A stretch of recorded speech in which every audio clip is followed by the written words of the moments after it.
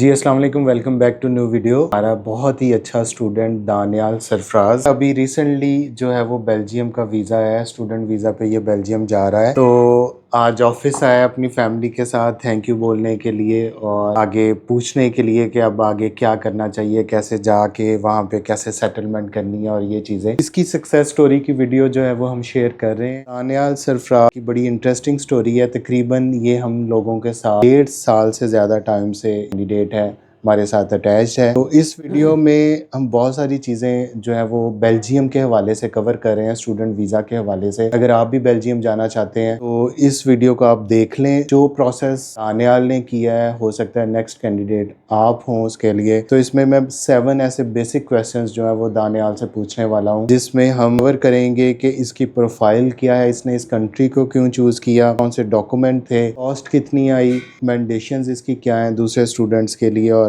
आगे future plans क्या हैं। तो इस इंट्रोडक्शन के साथ जो है वो हम वीडियो को स्टार्ट करते हैं। तो चलते हैं वीडियो की तरफ।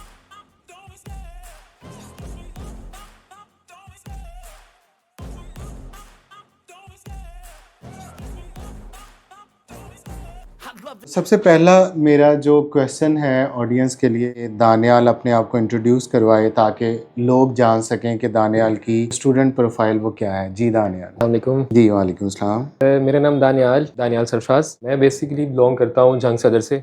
जंग से, ठीक है। बिल्कुल। और मैंने अपनी एफएससी और मैट्रिक दोनों अपने चनाब कॉलेज जंग, जो हमारा वहाँ पे सबसे अच्छा कॉलेज है, चनाब वहाँ से कॉलेज की है। काफी फेमस है जंग में, जहाँ से दानियाल ने जो है वो अपनी एफएससी की है। आपके कितने मार्क्स हैं? मेरे मैट्रिक में 80% है अच्छा, और एफएससी में मेरे 62%। 62% है एफएससी में। He has an average profile, above average profile, not very brilliant student. ये बात याद रखनी है, ठीक है। ये 62% है इसमें और मैट्रिक में लेकिन काफी अच्छे मार्क्स हैं। इंजीनियरिंग की हुई है। दूसरा मेरा क्वेश्चन है कि आपने बेल्जियम को क्यों चूज किया और इसके बारे में कहाँ से सुना? तो बेसिकली ये कहानी होती है 2022 की। मैं 2022 के बैच का हूँ। तब ना बाहर जाने का ना कोई हिसाब किताब नहीं था, हमारा कोई जहन नहीं था इस साइड पे कि हमारे जैसे लड़का भी बाहर जा सकता है, या हमारी जैसी फैमिली है ना, तो इसमें खास तौर पे स्टूडेंट कोई बाहर नहीं गया। वर्क वीजे के लिए अच्छे खासे बच्चे बाहर गए हैं। तो आपकी फैमिली में पहले कोई भी नहीं है आपके नहीं कजन्स नहीं में नहीं से? नहीं, कोई भी नहीं अच्छा, स्टूडेंट के लिए। स्टूडेंट कैटेगरी में कोई नहीं कोई भी गया नहीं था। है, बिल्कुल ऐसी बात है। तो उसके बाद हमारे एक मामू हैं, अल्लाह खैर करे उनकी, तो वो दुबई में होते हैं। तो उन्होंने इस चीज़ का गाइड किया कि आप जाएं बाहर वाली साइड पे ना, तो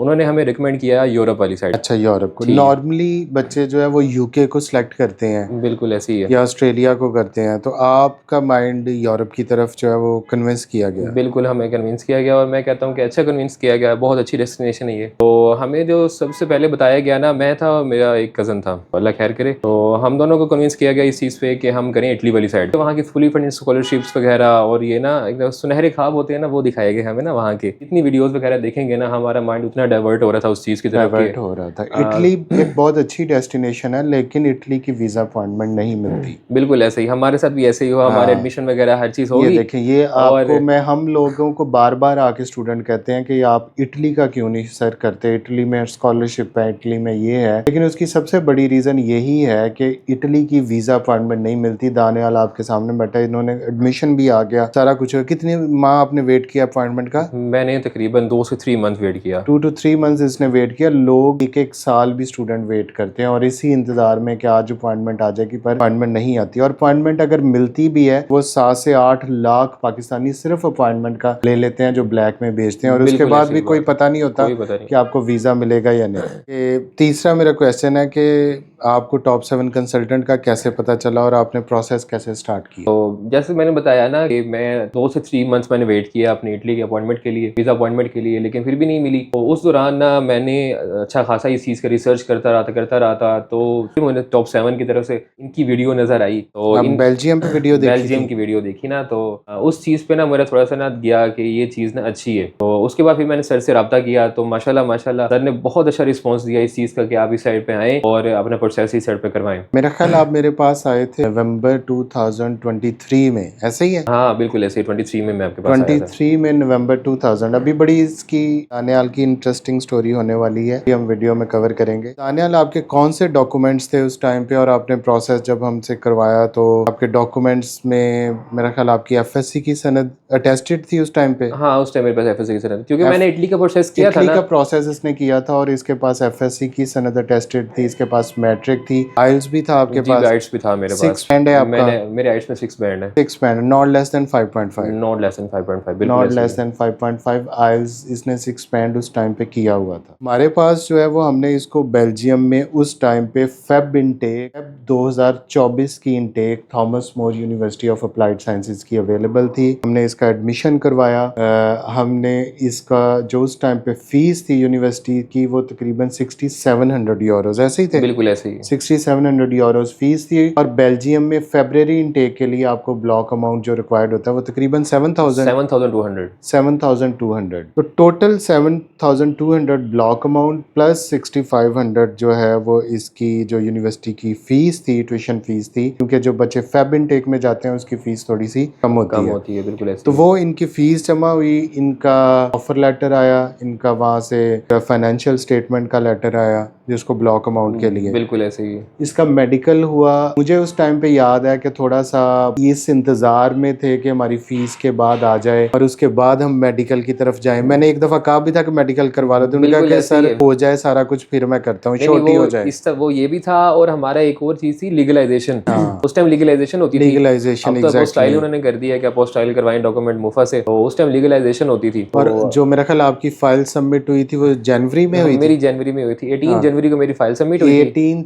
जनवरी 2024 है उसको इसका पहला वीजा फाइल हुआ बेल्जियम का। बिल्कुल ऐसे ही है। 18 को मेरी फाइल सबमिट हुई और 26 जनवरी को मेरा इंटरव्यू हुआ था। 26 जनवरी 2024 को। हाँ, और 12 फरवरी को मेरी पहली क्लास थी। 12 फरवरी को क्लास थी। हाँ, और अब 12 देखें ये फेब कितना शॉर्ट टाइम था कि 18 को फाइल सबमिट हुई, 26 को वो। बिल्कुल। अब फॉर्चुनेटली सम टाइम तो एम्बेसीज बहुत क्विकली रिस्पांस कर देती हैं। इनकी मदर भी साथ आती थी ऑफिस में और मुझे अच्छी तरह याद है कि बड़ा अच्छा इनके साथ एक फैमिली रिलेशन जो है वो बना। अनफॉर्चुनेटली दानियाल का वीजा नहीं लगा। ये एक वहाँ पे यू टर्न था कि दानियाल का फरवरी 2024 का वीजा नहीं लगा बेल्जियम का। इसकी रिजेक्शन आई और रिजेक्शन में रीजन क्लियर थी कि आपकी क्लासेस का टाइम गुजर चुका है। बिल्कुल ऐसे ही है। अब देखें, जो बच्चा एक दफ़ा रिजेक्ट हो जाता है यूरोप के लिए, उसकी वहीं पे 90% तक मोटिवेशन उसकी जो है वो चली जाती है। पैसों का लॉस होता है, पैसों का लॉस, एम्बेसी की फीस गई, जो मेडिकल करवाया वो पैसे गए। बहरहाल थॉमस मोर ने आपको सारी फीस रिफंड कर दी थी। 250 यूरो उसमें से उन्होंने किए थे। 250 यूरो किए थे। एडमिनिस्ट्रेटिव फीस जो पाकिस्तानी बच्चों के लिए तकरीबन बनते हैं कोई 80,000 के समथिंग, बिल्कुल। वो आपको इसको वापस नहीं आए। तकरीबन मेरे हिसाब से आपका जो लॉस हुआ था वो 1.25 लाख तक का हुआ था। ऐसे ही है? तकरीबन लाख सवा लाख का। लाख 1.25 लाख का इसका लॉस हुआ। अब एक पूरा प्रोसेस गुजर गया। उसके बाद आ गई हमारी सितंबर 2024 की इनटेक। इसमें इसने अप्लाई नहीं किया। इसने कहा, मुझे इसकी मदर ने कहा कि हमने आपसे ही प्रोसेस करवाना है, लेकिन हमने फेब 2025 का प्रोसेस करना है। बिल्कुल ऐसे ही बात है। ऐसे ही हुआ। तो अब उस टाइम पे दोबारा जैसे ही इनके एडमिशंस ओपन हुए हैं, ये हमारे साथ राब्ते में था। बिल्कुल ऐसे मेरा ही ख्याल बात है। आपके अक्टूबर में 1 अक्टूबर को हमारे 1 एडमिशन खुले थे। अक्टूबर को एडमिशन ओपन हुए। हमने दोबारा इसका अप्लाई किया क्योंकि ऑलरेडी ये एडमिशन उस कोर्स में इसको मिल चुका था और वीजा रिजेक्शन, और फिर तो इसका फौरन से ऑफर लेटर आ गया। इसकी रिक्वायरमेंट पूरी थी। मैं इसके 60% से अबव इसके मार्क्स थे, इसका आइल्स का स्कोर था वैलिड था, इसके अलावा इसके डॉक्यूमेंट्स अटेस्टेड थे, लीगलाइज्ड हुए थे। तो ये एक बड़ा इसका ना वहाँ पे प्लस पॉइंट हो गया था कि हमारे डॉक्यूमेंट हाँ, सारी हर प्लस चीज पॉइंट बनी हुई हो थी, गया। और हमें इस चीज का नॉलेज था पहले ही कि हम प्रोसेस किस तरह चलता है किस और तरह क्या चलता होता है। है। तो फिर थोड़ा सा अब एक और झटका लगा है फैमिली को कि जी अपॉइंटमेंट का टाइम आया। तो पिछली दफा तो अपॉइंटमेंट्स ऐसे थी कि जब आज आपके डॉक्यूमेंट्स पूरे हैं कल को अपॉइंटमेंट मिल जाए। बिल्कुल ऐसी तो बात है। दानियाल की कॉल आई कि सर अब अपॉइंटमेंट नहीं मिल रही। तो मुझे उस टाइम पे ये तो नहीं, इसकी अम्मी याद आ गई कि अब मैंने क्या जवाब देना है। तो उस टाइम पे फॉर्चुनेटली जुमे का दिन था। इसने जुमे के बाद 3 बजे देखा है। मैंने जुमे के फौरन बाद देखा ना, इसने देखा है तो वो स्लॉट्स जो है वो ओपन हो गई ओपन थी। हो गई थी। अच्छा, अब दोबारा से दानियाल साहब एम्बेसी में गए, इनका जो है वो प्रोसेस अगेन हुआ है। बिल्कुल। मैंने 9 अक्टूबर को अपनी फाइल सबमिट करवाई थी EFS लाहौर में, और 7 नवंबर को मेरा इंटरव्यू हुआ था, और अल्हम्दुलिल्लाह ये सारा सर का है, नहीं, और सर का भी है, मैं इनका भी मायशा का है, जिन्होंने इनकी पॉजिटिविटी है, मदर की दुआएं हैं, इनके फैमिली की दुआएं हैं, और इसकी अपनी पॉजिटिविटी है कि मैंने एक नीयत के साथ पॉजिटिव रह के, मोटिवेट रह के आगे अप्लाई दोबारा किया और फिर वेट किया। आज अल्हम्दुलिल्लाह वीज़ा के साथ, केक के साथ, अपनी फैमिली के साथ ये लोग आए हैं। मैं इसका थैंक यू करता हूँ। मैंने इनको बताया कि he is one of very few student जो इस चीज़ को एक्नॉलेज करते हैं कि यार बेशक कंसल्टेंट की जितनी भी इनपुट है, मैं कहता हूँ सिर्फ 5% इनपुट है, but still he is the purpose, he is the main reason जो आपको मोटिवेट करता है, आपको फैसिलिटेट करता है, बिल्कुल ऐसी और आप बात जाते हैं बाहर। बिल्कुल ऐसी बात है। आप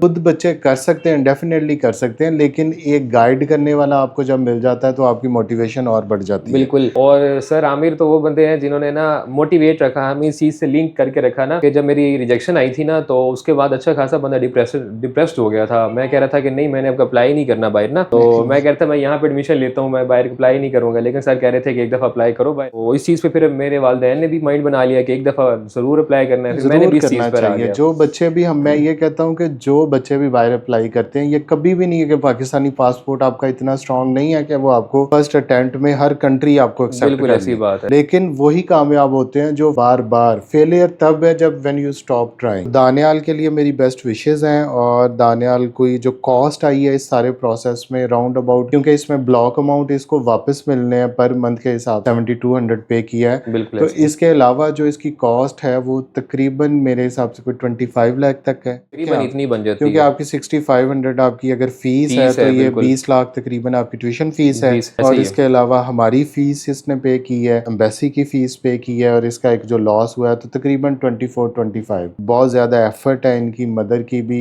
शी इज़ ए टीचर, तो जो इनको सपोर्ट करी है, और बाकी ये दानियाल सबसे बड़ा है। कॉन्फिडेंस पेरेंट्स की तरफ से बच्चे को मिला के जी आप ज़रूर इसको अवेल करो, बिल्कुल ऐसी जाओ, बात और है। अल्हम्दुलिल्लाह मैं वही कहता हूँ, बेशक इसके मार्क्स 62% है, but his confidence level is above average student, above confident student, और ये सबसे प्लस पॉइंट है। बच्चे पढ़ लेते हैं, मतलब 98% मार्क्स हैं, एक सवाल पूछ लें वो जवाब नहीं दे सकते, बुक्स में ऐसे हैं। तो सबसे इंपॉर्टेंट चीज़ कि आप कॉन्फिडेंट होके जाएं, आप Thank you. बताएं, पढ़ने के लिए जाएं, और अब ये जा रहा है और हमें पूरा एतमाद है कि जैसे ही जाएगा इंशाल्लाह he will complete his degree, जो इलेक्ट्रॉनिक्स और उसमें AI के साथ उसमें डिग्री है, और बिल्कुल उसके ऐसे ही है। बाद जो है आगे मैं वही ये कहता हूँ सबसे बेस्ट मेरे हिसाब से ये वाली एंटी एज है जिसमें आप इसको भेज, क्योंकि इसमें इसने वो 3 साल में वो मेच्योरिटी गेन कर लेनी है जो बाद में यहाँ पे मास्टर करने के बाद भी बच्चा नहीं करता, बिल्कुल और ऐसी उसके है। बाद उसकी सेटलमेंट है। जब आपके बाकी इसके बहन भाई उस स्टेज पे पहुंचेंगे तो ये अल्हम्दुलिल्लाह उस टाइम पे इनको आगे वेलकम करने के लिए रेडी होगा। थैंक यू अगेन दानियाल आपके आने के लिए, और आपके लिए बेस्ट विशेस हैं टॉप 7 की तरफ से। बाकी बच्चों को भी मेरी तरफ से ये पैगाम है, दानियाल की आपके सामने स्टोरी सारी इस वीडियो में बता दी है कि कैसे 1 साल वेट किया और उसके बाद अब ये जा रहा है। इंशाल्लाह बाकी बच्चे भी आते रहेंगे। Thank you so much.